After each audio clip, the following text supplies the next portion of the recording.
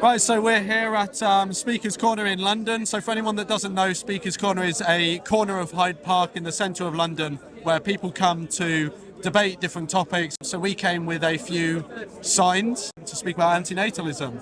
So that's one of them there. Capitalism is compassion and procreation is a choice, reminding people that you don't have to have children. What would you say the response has been like? Mixed. So Been fiery. to put it lightly, there's been obviously a lot of people that have disagreed. That's expected, but especially at Speaker's Corner, people specifically come here to debate issues.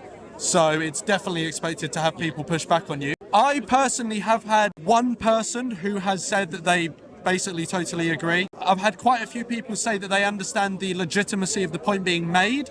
Yeah. They don't fully agree. What's your experience been? I think mostly that. I think a lot of people saying that I understand where you're coming from, but I disagree. And I think understanding this is the first time that they've heard these arguments, so that's not surprising at all.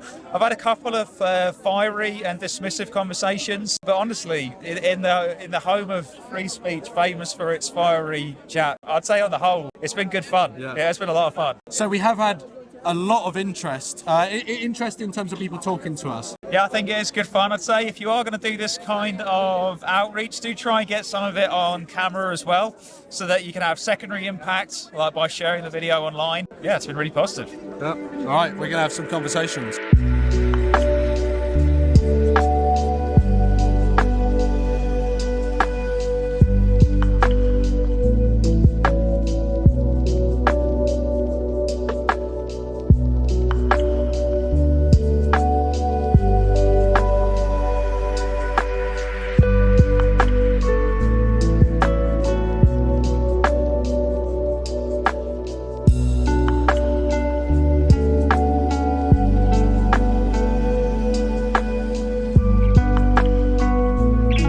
So just say we've, evolved over hundreds of thousands of years, right? Yeah. We've evolved to pass on our genes, right? Yes. To survive and to pass on our genes.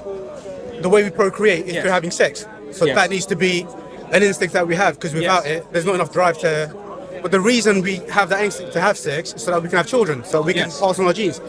Now, whether you want to argue about should I or shouldn't I have children, that's a different, kind of conversation altogether.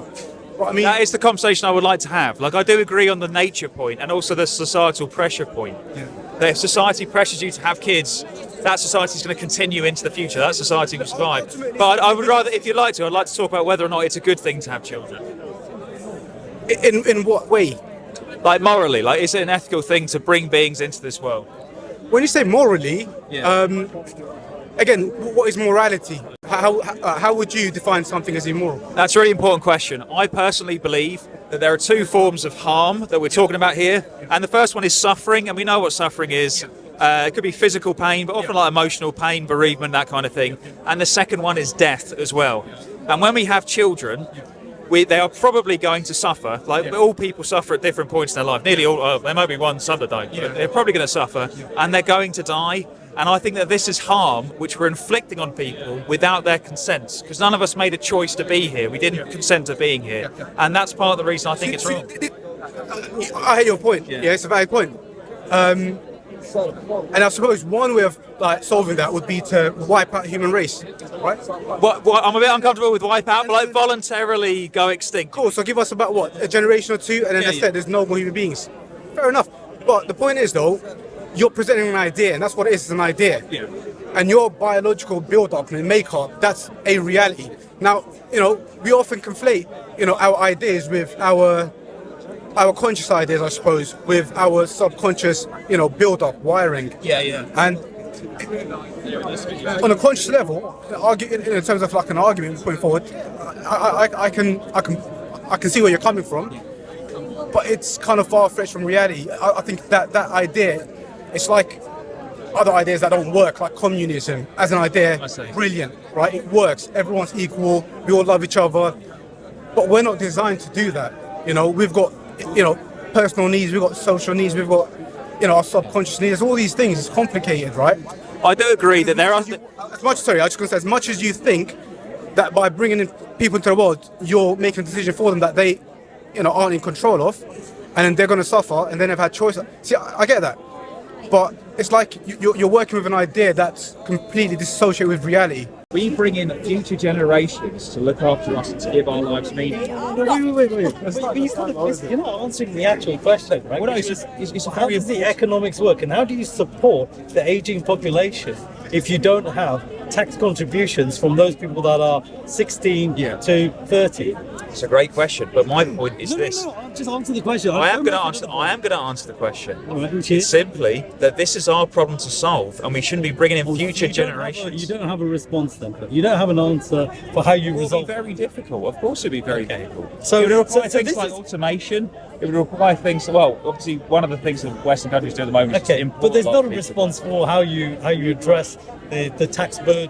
I know what shouldn't be a solution. No, Bringing in another generation to come and solve our problems, because we're inflicting that on others. You're not giving them a choice anyway, are you? You're not Pardon? even bringing them into the world to make a choice. I mean, I've got 2 children, Yes. and they're living their own lives. We're walking in They the didn't park. choose to be here. Yeah, but You brought them into your existence. So I don't mean this is personal. I don't mean this is a personal attack. All people who have children. I didn't choose to be in this world Exactly. either, and my parents were disabled. So I grew up, helping my parents, but I don't regret a second of I'm it. glad that you don't. I'm glad that you had a good life. But That's what makes us human. We're not animals. We don't just jump around the field and without any feelings. And we get our head chopped off, and then the rabbits just run off. We're not rabbits. We're human beings. We have feelings, and that's Well, why I we think that love. animals have feelings as well. It's like you can have that idea and you can convince somebody else to have that idea, but as a species, we're hardwired, to procreate past our genome. So, at best, you're going to get a tiny proportion, a fraction of people who agree with you and may choose not to have children. I do hear that idea, and I think it'll be. That is a very important concern. As you said, there's a lot of pressure against this argument. I do think, though, I'm sure you would agree, that even if a small number of people do the right thing, that would be important for them to do. And there are plenty of times in history, if we look back on what our ancestors have done, for example, we would look back and think, okay, that was really wrong, and that was like the societal norm. You're saying about the species dying out. That's Yes. about species surviving. Again, as we said before, I don't think that species have any moral value. The individuals within the species You do. don't care about species dying out. So, Why would it matter? but I don't understand what that has to do with compassion. No, because the individuals, the harm that the individuals experience is terrible. When species But- die out, it changes the ecosystem, Okay. and things suffer because of that. Because the ecosystem. I know you said you didn't want to talk about veganism, but I'm just going to have to talk about And I it. did There not are say I didn't species want to talk there are about species of veganism. I chickens did not right say now. I did not. There are species of chickens right now that grow so fast that they break under the weight of their legs, and that is common in things like KFC, in supermarkets, or cheap broiler chickens. They grow so quickly. Because if that species died out, would you be sad about that species dying out, or would you think, "Oh God, that is a horrible individual experience, and that would be a good thing if that species came to You cherry-picked one example, whereas I'm showing about the broader I'm not cherry picking term of the I'm showing how ecosystem. what matters is the experience of individuals, not species. I mean, okay, once they've come into this world, Yeah. how many people actually wish they weren't here? Most people wish that are happy to be here despite the Yes, pain. I mean, fortunately, most people they say that they're glad that they exist. Now, I do think there are some reasons to doubt some of these assessments. Not doubt them in terms of like people, you are wrong and you shouldn't be glad. But obviously, there's a lot of societal pressure. Yeah. I mean, even now, like I'm out here advocating for antinatalism. I don't talk about this with my parents because I don't want to make them is that feel. kind of a new thing? Well, no, there's different traditions. There's a debate in, I think it's in the Talmud, there's a debate, and then actually the debate about whether it's good to come into existence. Some Buddhists have this idea as well, like true enlightenment is to not be reincarnated and things like that. There were the Christian group, the Shakers. I think this is more of as societal pressure has moved away from having children, and you've got more female empowerment, as birth rates are coming down, at least in the West, for example, and people are worried about things like climate change or nuclear war, they're worried about the future. It is becoming more common for people to choose not to procreate. I mean, all that's going to happen in real terms, right, is those who decide not to have children, their bloodline, their genome's just going to die out. So they die out. They become the extinct species, if you like, or extinct, humans. Yes. Everyone else continues. So the only people that lose out, really, is the ones who decide not to have children. I can see that argument because there were communities in the past who were antinatalists. They didn't have any kids. The Shakers, the Christian group, were one of them. But they had to convert people because they weren't having any kids. Yeah. So from that perspective, you can say, well, that community's died out. They're lost. Who's going to continue, of course, man? Here's the thing, though, because of the global transfer of information. If I want these ideas to propagate, it doesn't seem like a good idea for me to have a kid and hope that I can indoctrinate them. You're absolutely right. I can try and spread these ideas. Man, modernity has allowed us to even kind of entertain a lot of these ideas. You've got many horrible aspects of life, and no one ever signed up to that. Where do these horrible things come from? They can come from many places. Where do they come from particularly? You've labelled some horrible things. Yeah. Most sane people will go, yeah, horrible things happening. Yeah. Bad, but where do they come from particularly? Well, it depends on the horrible thing. So cancer can naturally arise. Obviously, there are things we can do to make them more likely or less likely. So like smoking.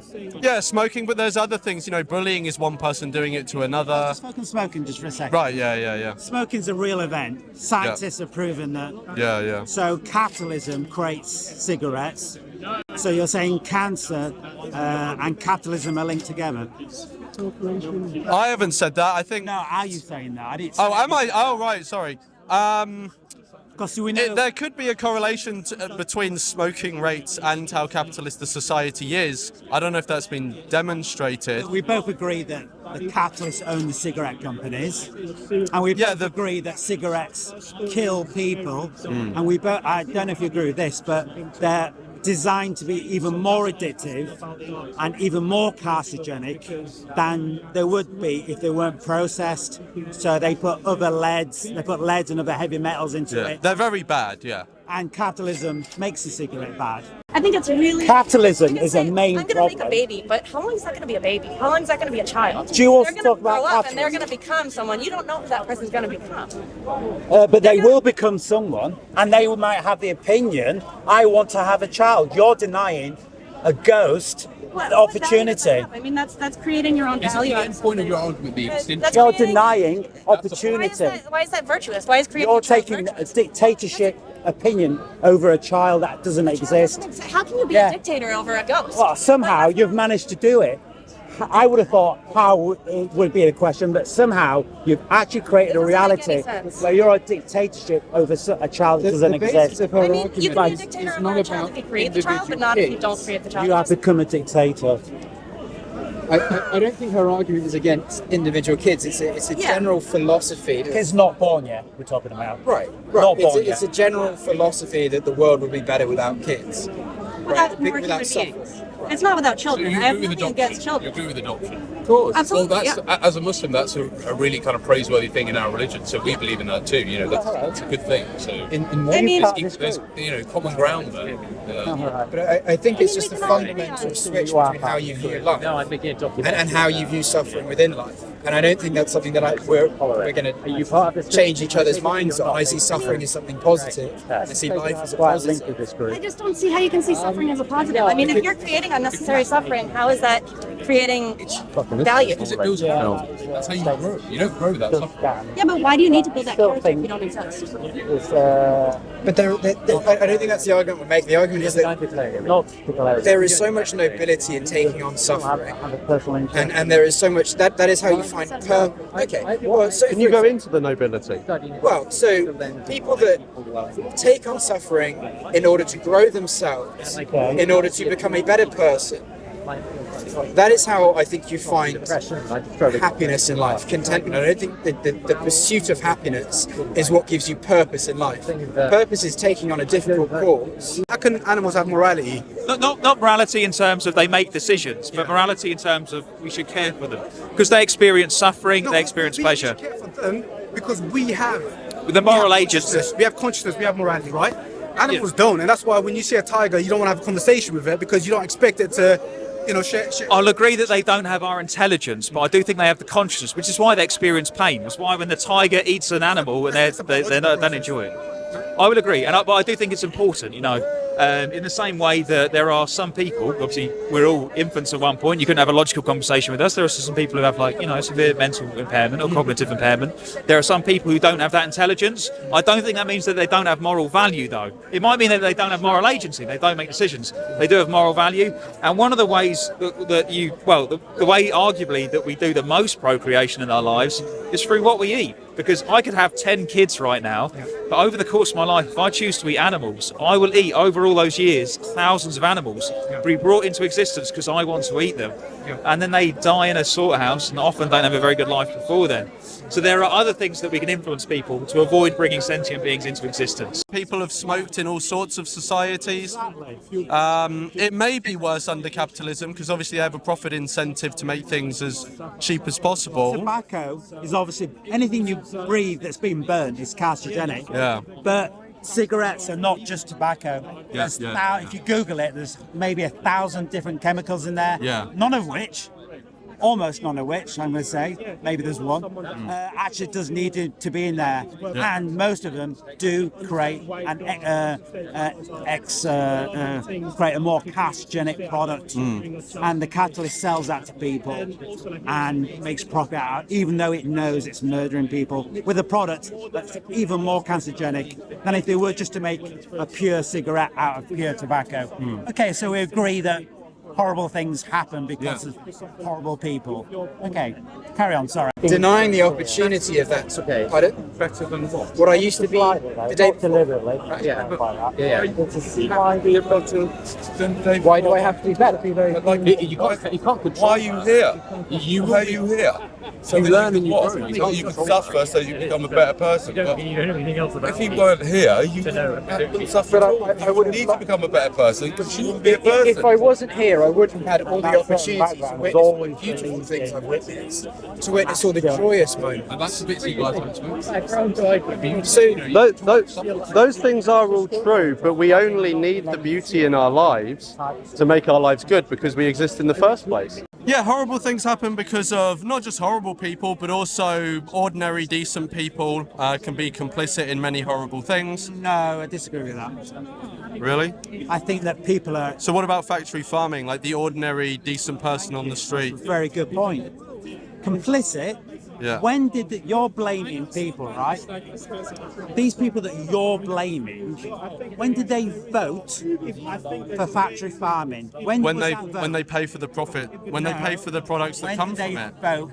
When did they say to their capitalist leader, when did they say, please make our food as horrible as humanly possible? When was that vote made? There wasn't a referendum, but every time that you go and buy a product from that system, you are endorsing it, given that you don't have to. But people need to eat.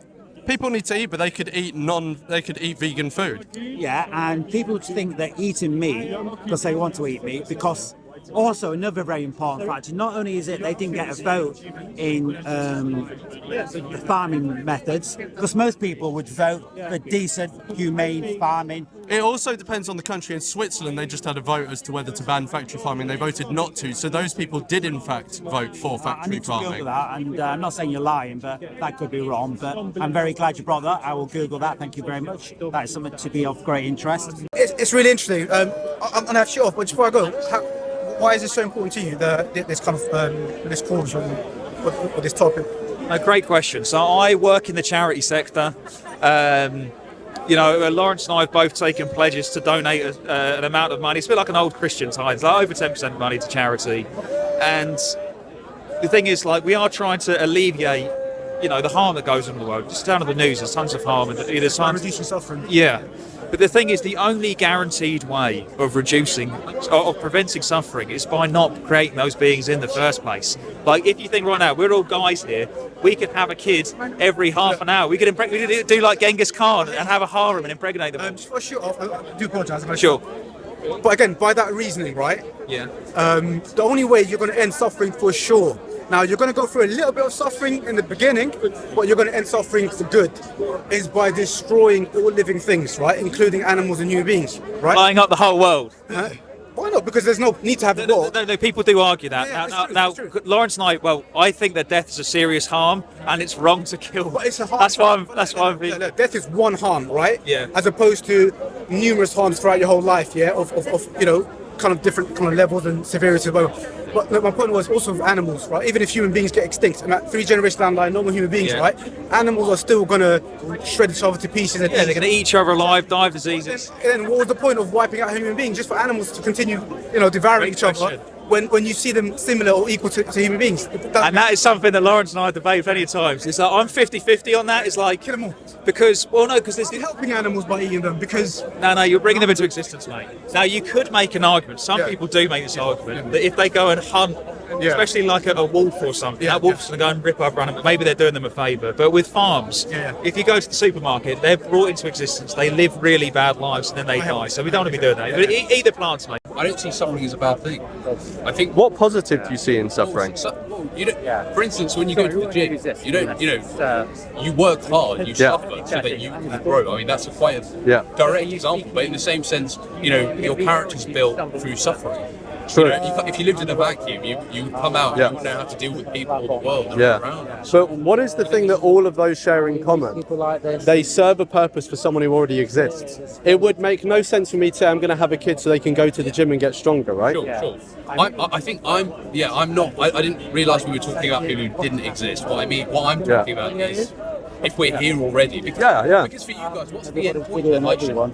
It is nihilism, isn't it? It's like, well, why am I here? It's the opposite it depends what you mean by nihilism. So it's nihilism in the fact that, I can't speak for these guys, but for me, I don't think there's an ultimate reason for us being here. In terms of morality, it's the opposite of nihilism because we care a whole load, that's why we don't want people to come into existence. Because we care about this. For doing things day to day, let's say going to work or whatever it might be. Same thing as you. I have a life. I need to provide for myself. So your position is that for you, because you guys are alive, it's fine to do those things, but you're kind of advocating to not further that. You don't want more people to be alive. So everyone who's here now should have the best life they can, and that may include some best life. Because we were talking about this earlier. How do you define you saying you don't believe in good and evil? So how do you know what's right and wrong if you don't believe in good and evil? I do believe there's good and evil. So what do you define as the best life? That will depend on each individual person, So for me, the thing that I would consider a best life is different from you. So you said you're a Muslim? Yeah. So I'd assume that would somewhat define what you see as a virtuous life, Which right? I would say kind of at the basic level, it's probably the same as what you... Yeah. If you believe in right and wrong, it would be a very similar sort of thing, what you believe in is right. Yeah, so for me, the best life is something that I enjoy. I connect with other people. There are certain achievements, climbing a mountain or something like that, creating art, spreading, ideas that I think will help others, all of this sort of stuff. Why do you believe those things? Because they will benefit others who exist. It seems as though happiness is what's driving your life, the pursuit of happiness. Yeah. Okay. And I think that's somewhere where we... Happiness and benefiting others. But not happiness in a superficial sense, not in the sort of consumerist, Hollywood, sugar-coated sense. Happiness in a meaningful way. Yeah, I mean, all of this is sort of tangential to the point we're making, is that... Okay, carry on. Is that, like, humans imposing harm on other humans is simply one aspect of harm. The reason why I just mentioned everything we did for the last 5 minutes was to show and demonstrate to you agency. How much agency do people actually have? That's why I talked about cigarettes. That's why I talked about why capitalists... PR, which is propaganda, public relations, which is why they PR people to tell them to eat meat and do it wholesale. Eating meat now and again seems like a normal, reasonable act, but eating meat every single day, every single meal is utter insanity. The only reason people eat like that is not because of free will or agency, it's because of propaganda. Propaganda and because of the PR machine, capitalist PR machine. We've got to the links. We must talk about links. Can't just talk about the end conclusion. The links are important. Yeah, but I think the way to get out of all of that is just to simply not reproduce. Obviously, you've been put in this position by your parents, which, it does suck for you that you've got to navigate all these things.